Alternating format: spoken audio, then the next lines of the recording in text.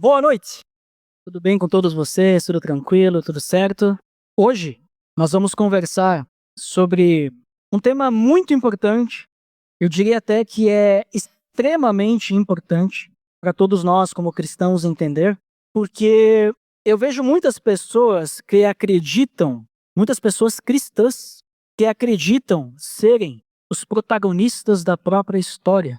Mesmo essas pessoas conhecendo a Cristo, as suas vidas, elas giram em torno de conquistar sonhos, de alimentar desejos, de atingir objetivos próprios, de planejar o seu futuro e coisas assim.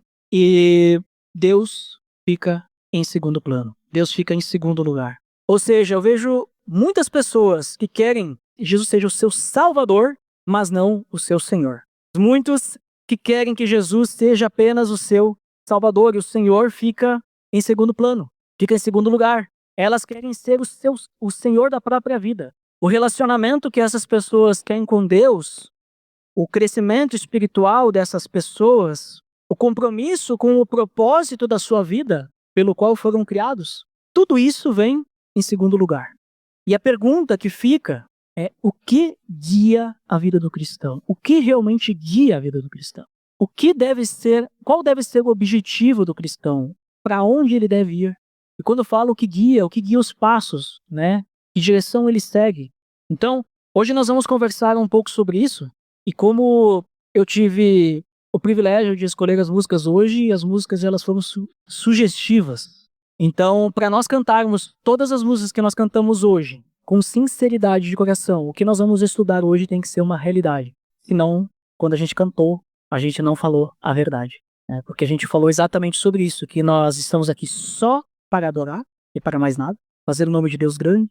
Nós cantamos que Jesus é o Senhor das nossas vidas, Ele é o Rei dos Reis, que nós nascemos e fomos criados só para adorar a Deus, e nós temos prazer nisso, e todo o resto das músicas, né, conforme a gente ministrou e cantamos durante o louvor, falaram. Vamos ler então 2 Coríntios, capítulo 5, versículos 14 ao 17. 2 Coríntios 5, 14 ao 17. Diz o seguinte: pois o amor de Cristo nos constrange, porque estamos convencidos de que um morreu por todos, logo todos morreram. E ele morreu por todos para que aqueles que vivem já não vivam mais para si mesmos, mas para aquele que por eles morreu e ressuscitou. De modo que de agora em diante a ninguém mais consideramos do ponto de vista humano, ainda que antes tenhamos considerado Cristo dessa forma. Agora já não o consideramos assim. Portanto, se alguém está em Cristo, é nova criação. As coisas antigas já passaram, eis que surgiram coisas novas. Vamos orar? Senhor Deus, em nome do Teu Filho Jesus, nós somos gratos a Ti porque nós temos a oportunidade, Deus, de conhecermos cada vez mais de Ti através da Tua Palavra. Temos um grande tesouro em nossas mãos, assim como o Teu Evangelho. Pai, nos guie com sabedoria, com discernimento, que o Teu Espírito Santo possa clarear essas palavras aos nossos corações e que possamos viver elas, Pai. Em nome de Jesus queremos. Amém. Então, um contexto de 15 segundos, só para termos uma ideia do que está acontecendo aqui. Paulo, ele está se defendendo dos ataques dos falsos apóstolos que acusavam ele de pregar a mensagem errada e com a motivação errada. E nesse contexto em que nós estamos lendo esse trecho, ele fala que um dos fatores que motiva o seu ministério era o amor de Cristo. Esse é um dos fatores. Diga eu que o principal. No versículo 14, nós vemos que ele diz assim: pois o amor de Cristo nos constrange. É por isso que ele fala que o amor de Cristo constrange. Esse constrange que Paulo usa aqui não é uma simples vergonha, né? Não é algo que nós talvez possamos dizer estou constrangido, né? Fiquei envergonhado. O constrangimento que ele nos traz é algo que faz uma pressão, que empurra, que o pressiona, né? Normalmente um constrangimento nos empurra para baixo, né? Nos pressiona a se esconder. Mas Paulo está dizendo que o amor de Cristo constrange. E ele diz porque estamos convencidos de que o morreu por todos, ele está falando do que Jesus fez por nós, ele está dizendo que o amor de Cristo o motiva, o empurra para frente. É a válvula que libera, né, o fluxo para ir adiante, né, é o combustível que Paulo precisa. Precisa não, né, mas é o combustível que alimenta ele para ir adiante. Então, esse amor, ele não é um amor que controla Paulo, que controla as ações de Paulo, que controla o que Paulo vai fazer, mas é um amor que o conduz, o direciona, empurra para a ação, para fazer o que deve ser feito. Então, o constrangimento que Paulo fala que o amor de Cristo dá a ele gera motivação. É como se ele dissesse: o amor de Cristo me motiva, né? O amor de Cristo nos motiva, mas motiva, né, do que Paulo está querendo dizer é muito fraco. Ele diz: nos constrange. Não é simplesmente alguém que disse: vai lá, muito bem, você está fazendo a coisa certa, vai lá que você consegue. Não, ele está dizendo: olha o que Cristo fez por mim, o que eu devo fazer com isso? E ele diz: me constrange. Se Cristo fez isso por mim, eu tenho muito a fazer por Cristo. Não que ele queira pagar o que Cristo fez, mas é algo que o motiva, que o conduz. Como Paulo ficaria parado, sem fazer nada, diante do que Cristo fez por ele? É isso que ele está dizendo. E isso é muito importante para nós entendermos, porque a motivação correta para os atos que o cristão faz em sua vida é o amor, não é o dever. Isso é muito importante a gente saber.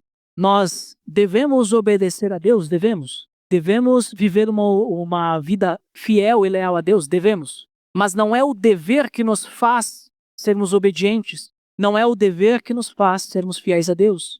É o amor. Nós fazemos não porque somos obrigados, mas nós fazemos porque nós amamos a Deus devido ao amor que Deus nos deu através do seu Filho Jesus Cristo. É isso que ele está nos dizendo. E ele, inclusive, o próprio Jesus nos conduz nessa ideia.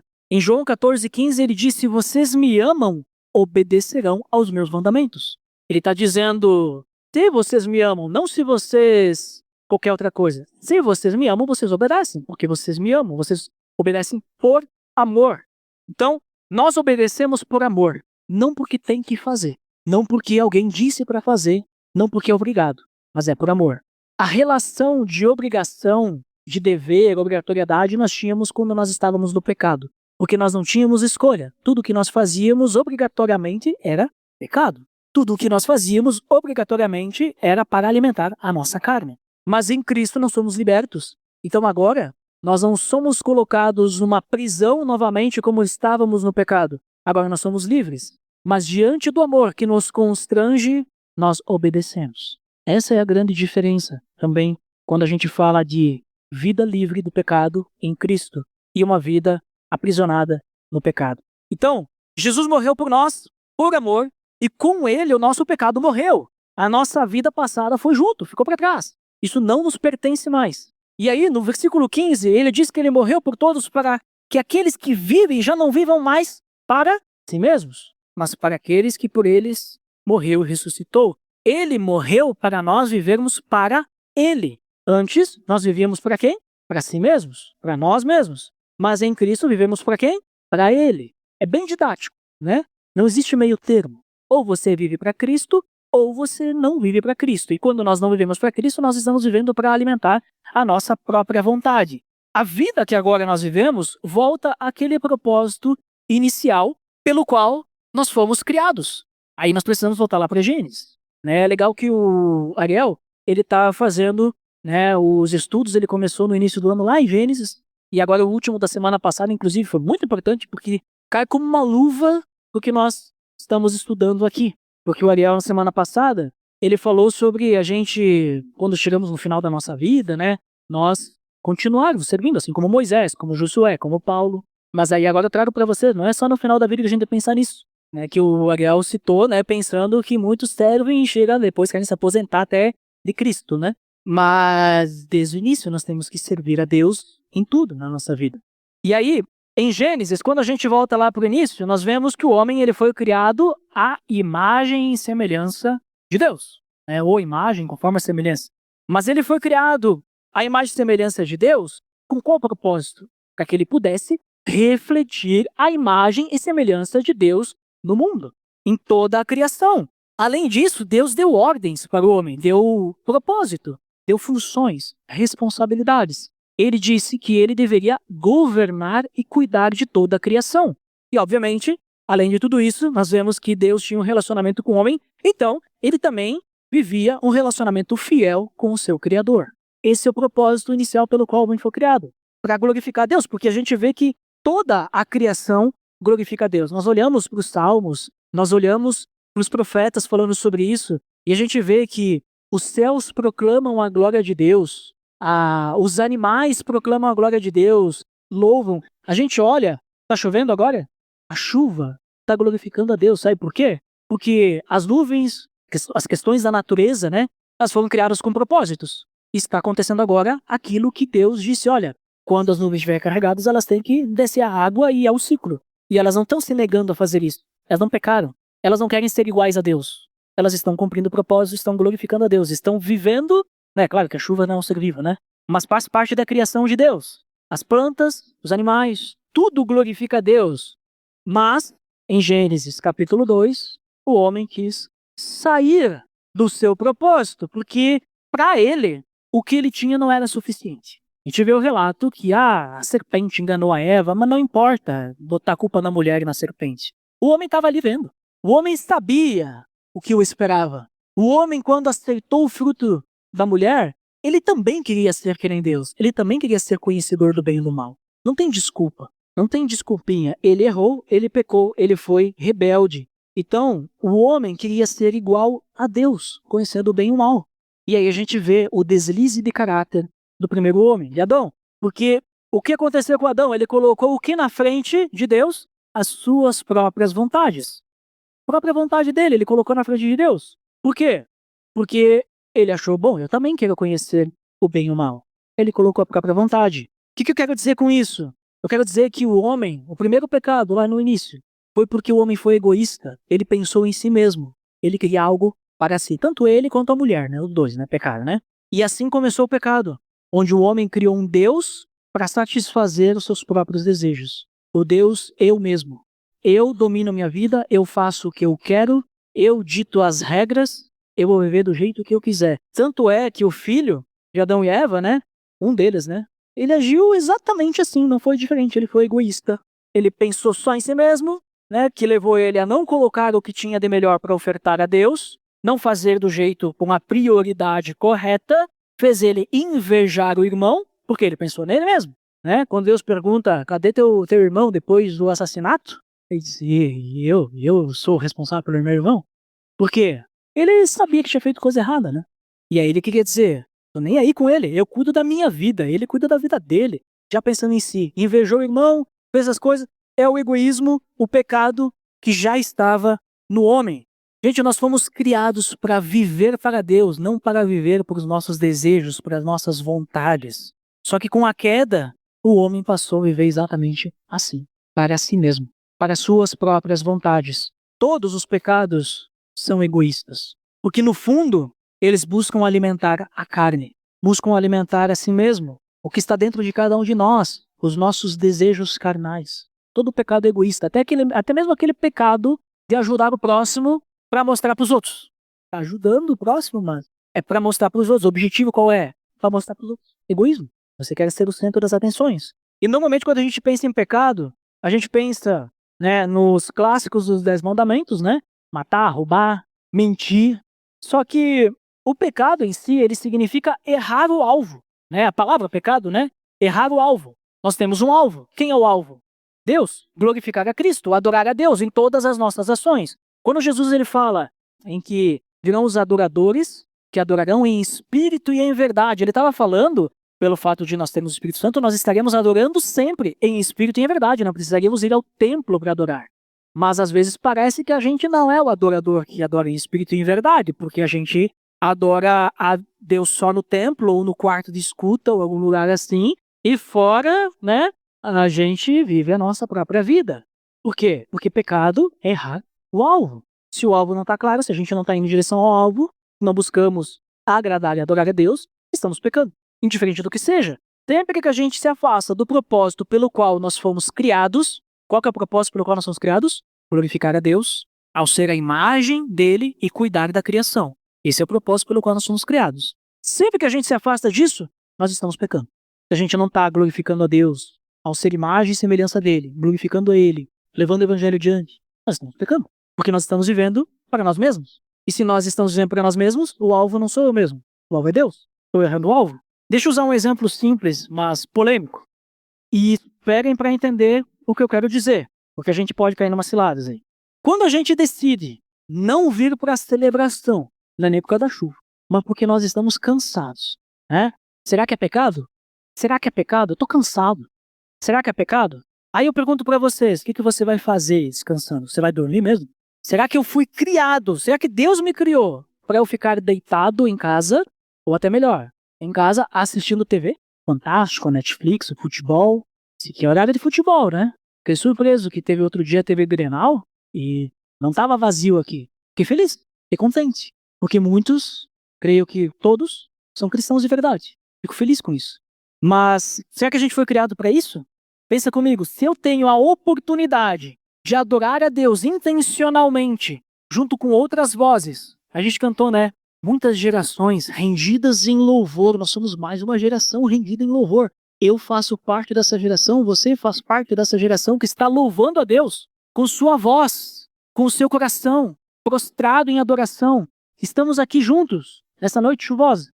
Se eu tenho essa oportunidade de adorar a Deus intencionalmente em um grupo, através de louvores, através de estudo da palavra, e eu prefiro não participar disso, o que será que isso diz sobre o que é mais importante para mim?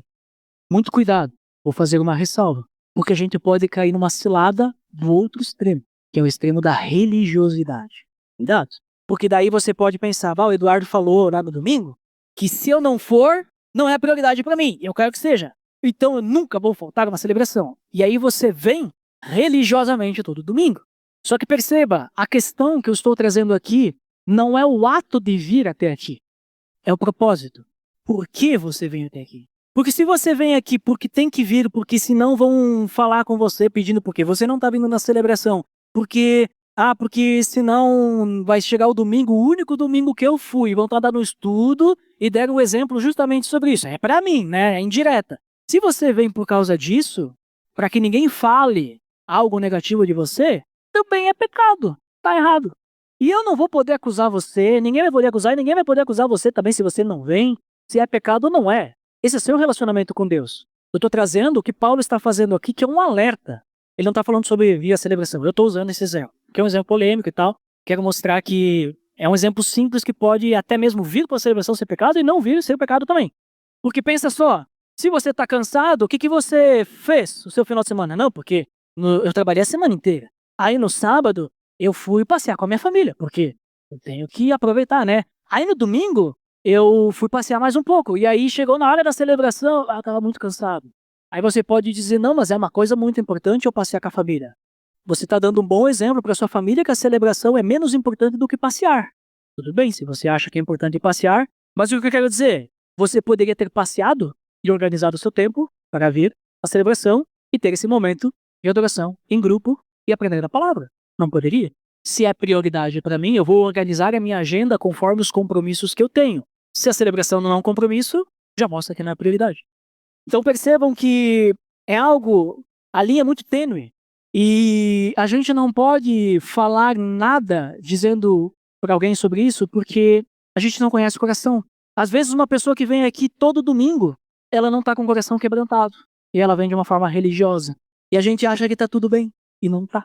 Às vezes a pessoa que não vem, daqui a pouco, ela realmente não está vindo porque ela encontrou aquele único momento, que inclusive às vezes parece até cilada do inimigo, né? Cilada não, é coisa do inimigo querer fazer isso. Que é o único momento que ela pode evangelizar o plano de tal que está em outra cidade e Deus te chamou para evangelizar aquela pessoa. Ok, é um período e você vai lá. E amém por isso. E a gente acha que a pessoa está afastada. Mas não, ela está servindo. Só cuidado, não vamos usar isso de desculpa. Eu vou marcar abismo ligado, discipulado justamente no horário de celebração, né? Aí também, né? Não é isso que eu tô falando. Eu tô querendo dizer que a gente não conhece o coração das pessoas. Porque tudo que eu tô dizendo aqui que Paulo está falando é algo que vem de nós nos prostrarmos ao Senhor e viver a nossa vida para o Senhor. Eu usei o exemplo da celebração porque, como eu falei, é um exemplo bem polêmico, né? E é um exemplo visível e invisível, como eu disse. Mas tem outras coisas que podem aparecer. Tomem cuidado com os extremos, porque a religiosidade não nos leva até Deus. Paulo também está falando sobre isso aqui. Ele está falando sobre amor. O amor constrange, não a religião constrange, não a religiosidade, a obediência às regras, às leis constrange. O amor constrange. Eu obedeço porque eu amo a Deus. Então, Cristo, ele nos levou de volta para o propósito inicial. O pecado nos afastou desse propósito. Mas Jesus morreu por nós. Para nós não vivemos mais para nós mesmos, nós vivemos para Cristo. E em Cristo nós podemos agora novamente viver totalmente para Deus, algo que seria impossível antes de Cristo, né? Então, eu levanto também o que eu comentei antes, sobre a questão do Evangelho. Qual que é o propósito de todo o cristão? Nós temos o propósito pelo qual nós somos criados, glorificar a Deus através de sermos a imagem e semelhança nesse mundo, cuidando da criação, mas Jesus, quando ele veio, ele deu mais um propósito. Adicionou, ele não removeu o anterior. Continuamos sendo imagem e semelhança de Deus. Mas ele disse agora, além disso, além de serem exemplos, vocês não vão dar apenas bom testemunho, mas vocês vão testemunhar. Vocês vão levar o evangelho adiante. É o que diz a grande comissão, Mateus 28, 19 e 20. Vão e façam discípulos de todas as nações, batizando-os em nome do Pai, do Filho e do Espírito Santo. Devemos fazer isso, é que ele venha. Ele vai sempre estar conosco, ele diz no final do texto. Tudo o que nós fizermos nessa vida tem que ser com esse objetivo. Glorificar a Deus, crescer para sermos semelhantes a Cristo, proclamar as boas novas. As pessoas ali fora estão perdidas. Elas carecem dessa mensagem, dessas boas novas. Elas estão sem propósito, elas nem sabem o propósito pelo qual elas foram criadas. E cabe a nós levarmos o evangelho, as boas novas para elas. Só que para isso, nós temos que primeiro viver para Deus e não para nós mesmos. Senão o que a gente vai estar levando não é boa nova, a gente vai estar levando uma notícia bem ruim. Uma notícia que Jesus morreu por mim para eu viver nessa mesmice. E na continuação, então, Paulo ele demonstra que nós não temos desculpa nenhuma, porque uma vez que nós estamos em Cristo, nós somos nova criação. Então nós não temos desculpa, é difícil, eu não consigo, eu não sei como fazer. O que é passado, a vida do pecado ficou para trás. Agora nós temos uma nova vida, nós nascemos de novo. Cristo morreu para que nós vivêssemos por meio dele, para ele e com ele. Um relacionamento que só é possível em Cristo. Sem Cristo a gente não tem. Então, não existe mais vida egoísta, focada em si mesmo. Em Cristo nós podemos viver a realidade da nova criação. Só que, infelizmente, muitas pessoas também usam a desculpa, mas o pecado ainda está em nós, é difícil. Realmente, o pecado ainda está em nós. Mas a gente não é mais escravo do pecado. Então não é difícil. É difícil porque você quer que seja difícil, porque você não se entrega, porque Jesus não é 100% o Senhor da sua vida em todas as áreas da sua vida. Porque se ele fosse, você não ia ficar pensando em buscar grandes coisas, né? Que nem o Ariel falou semana passada. Né? Você não ia se preocupar no final da sua vida você comprar a casa na praia. Porque isso, se Deus te abençoar de ter uma casa na praia, isso aí vem em segundo plano. Ah, eu tô com o dinheiro lá, quero fazer uma casa na praia para levar pessoas lá para evangelizar, né? Isso aí abre portas, porque tô obrigado a ficar uma semana lá, 2 semanas com as pessoas lá. As pessoas se revelam. O próprio Edgar. O Edgar comentou, vou usar um testemunho dele, né? E foi numa casa de praia que ele estava namorando, né? Tava nos passos iniciais da fé, que o cristão maduro, né? Que convidou eles para passar o tempo, quando estavam sozinhos, chegou para ele e deu a dura, né? E aí? Vocês estão tendo relações sexuais aí? Vocês não estão casados ainda? Como é que é? Como é que é isso aí? Uma oportunidade. Aí ele já estava, né? Sendo discipulado, né? Então, não é também agora desculpa, não, agora eu vou comprar casa, tá? Tô dando bastante ideia. Mas percebam que existem diferenças nas motivações, né? Às vezes a gente olha, né, para a Bíblia, a gente vê, não, porque Jesus disse que é muito difícil um rico entrar no reino dos céus. A gente esquece que Deus, ele abençoa pessoas e dá o dom da generosidade. Como é que Deus vai dar o dom da generosidade se alguém não tem recursos? Então tem pessoas que têm o dom da generosidade e Deus abençoa aquelas pessoas para lidar com o dinheiro, porque aquelas pessoas são fiéis a Deus e não vão servir ao dinheiro, mas vão servir a Deus com o seu dinheiro. E às vezes a gente não sabe por que a gente não consegue prosperar. Não, porque Deus me abandonou. Talvez você não prospere porque Deus não quer que você prospere, porque você pode ser mais útil no evangelho na forma como você está. Eu cheguei a essa conclusão na minha vida. Deus me supre com o que eu tenho, com o que é necessário, eu não preciso ser multimilionário. Não preciso. Agora, talvez até, né, se eu fosse, vai saber o que o dinheiro ia fazer no meu coração. Então não sei. Ou talvez queira que eu seja bilionário, aí vocês me procurem nessa época, né? No fim da minha vida, não sei. Isso não importa, porque eu não estou buscando isso. O que a gente tem que buscar? Eu não vivo mais para mim mesmo. Deus vai me abençoar com o que eu tenho, com o que eu precisar, não vai faltar nada. Se Ele me abençoar com mais e Ele me der a oportunidade de abençoar outros, abençoarei com esses recursos. Se Ele não der, talvez eu vou ser aquele que vai ser ajudado. E vai ter gente que vai ter mais para ajudar. Isso é igreja, isso é evangelho, isso é nós sermos irmãos em Cristo. Então, também cuidado da gente julgar daqui a pouco, o fulano tem muito dinheiro e não sei o quê. A gente não conhece o coração. O que a gente tem que fazer, sabe o que é fazer? Não é julgar isso dessa forma, mas é conversar com as pessoas, conhecer o coração delas e orientar. E se a gente vê a pessoa caindo num pecado, estender a mão, né? Dizer, olha, o que você fez é pecado, vou te explicar por quê. Porque assim, assim, assim, assado, mas eu estou contigo, eu posso lhe ajudar a levantar e vamos andar na direção correta. Vamos andar juntos. Não adianta nada a gente olhar para a pessoa e ver que ela está caindo no pecado, se afundando no lamaçal, e nós olharmos, o fulano está se afundando, não vai ajudar o quê? Não vai ajudar nada. Pior ainda a gente falar pro outro, né? Pior ainda. Porque daí o outro nem sabia e agora ele já cria um preconceito com aquela pessoa. Ele já olha aquela pessoa diferente, porque você contou um pecado que você presenciou, você não fez nada para ajudar, essa outra pessoa também não vai fazer nada para ajudar, ela vai espalhar para outros, e aí vira rede de fofoca. Por que a gente faz esse tipo de coisa? Porque a gente pensa em nós mesmos. Porque se a gente pensasse em Cristo, o que é o melhor para a igreja, o que é melhor para as pessoas? O melhor para as pessoas é que elas encontrem a Cristo. Se ela está caindo no pecado, eu preciso falar, mas a pessoa não vai me ouvir. Jesus falou com muita gente que não ouviu ele na primeira vez. E nós não somos Jesus, né? Para nós finalizar, então, outro texto de Paulo, só para a gente finalizar rapidinho. Romanos capítulo 6, versículos 12 ao 23. Bem interessante, bem didático sobre esse tema. Vou ler pra gente. Romanos 6, 12 ao 23. Portanto, não permitam que o pecado continue dominando seus corpos mortais, fazendo que vocês obedeçam aos seus desejos. Não ofereçam os membros do corpo de vocês ao pecado, como instrumentos de justiça. Antes, ofereçam-se a Deus, como quem voltou da morte para a vida, e ofereçam os membros do corpo de vocês a Ele, como instrumentos de justiça. Pois o pecado não os dominará, porque vocês não estão debaixo da lei, mas debaixo da graça.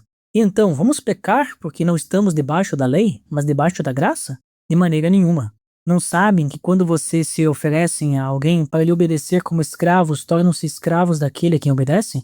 Escravos do pecado que leva à morte, ou da obediência que leva à justiça. Mas graças a Deus, porque, embora vocês tenham sido escravos do pecado, passaram a obedecer de coração a forma de ensino que lhes foi transmitida. Vocês foram libertados do pecado e tornaram-se escravos da justiça. Falo isso em termos humanos, por causa das suas limitações humanas. Assim como vocês ofereceram os membros do seu corpo em escravidão à impureza e à maldade que leva à maldade, ofereçam-nos agora em escravidão à justiça que leva à santidade. Quando vocês eram escravos do pecado, estavam livres da justiça. Que fruto colheram, então, das coisas das quais vocês se envergonham? O fim delas é a morte. Mas, agora que vocês foram libertados do pecado e se tornaram escravos de Deus, o fruto que colhem leva à santidade, e o seu fim é a vida eterna. Pois o salário do pecado é a morte, mas o dom gratuito de Deus é a vida eterna em Cristo Jesus, nosso Senhor. Antes de Cristo, nós vivíamos como escravos do pecado, e por isso as nossas decisões elas eram 100% pecaminosas. Esse texto aqui ele é muito importante para nós relembrar durante a semana.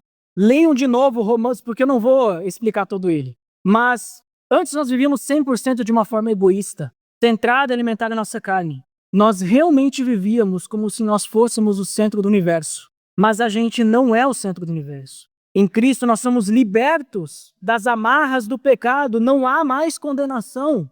Nós estamos livres, não há mais prisão. Nós somos comprados por um alto preço e agora nós temos um novo Senhor que nos libertou para vivermos para Ele. A vida que agora a gente vive não é mais centrada em nós mesmos, mas é centrada em Cristo. Ele é o protagonista da nossa história. Cristo, não nós. Ele é o centro da nossa história, é para Ele que nós devemos viver. É a Ele que nós devemos glorificar e adorar. Ele tem que ser o foco de todos os nossos planos, planejamentos, nossos desejos. Tudo o que a gente fizer tem que ser para Deus, em honra a Cristo, pelo que Ele fez por nós, por amor a Ele.